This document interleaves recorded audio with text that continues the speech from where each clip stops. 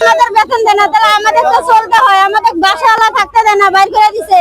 আমরা খাইতে পারি না, দোকান বাকি দেয় না আমাদের, তাহলে আমরা রাস্তায় না খারে কি করবো? আমাদের নিরুপায়ের কারণে আমরা রাস্তায় নামছি। আমাদের কারখানা মনে করেন ওই যে খালেদা জিয়া মারা যাওয়ার পর থেকে তো সরকারি ছুটি ছিল, এই ছুটির পর থেকে তো 2 তারিখ পর্যন্ত ছুটি আছিল, পরে আবার ছুটি বাড়াই দেওয়া হয়েছে।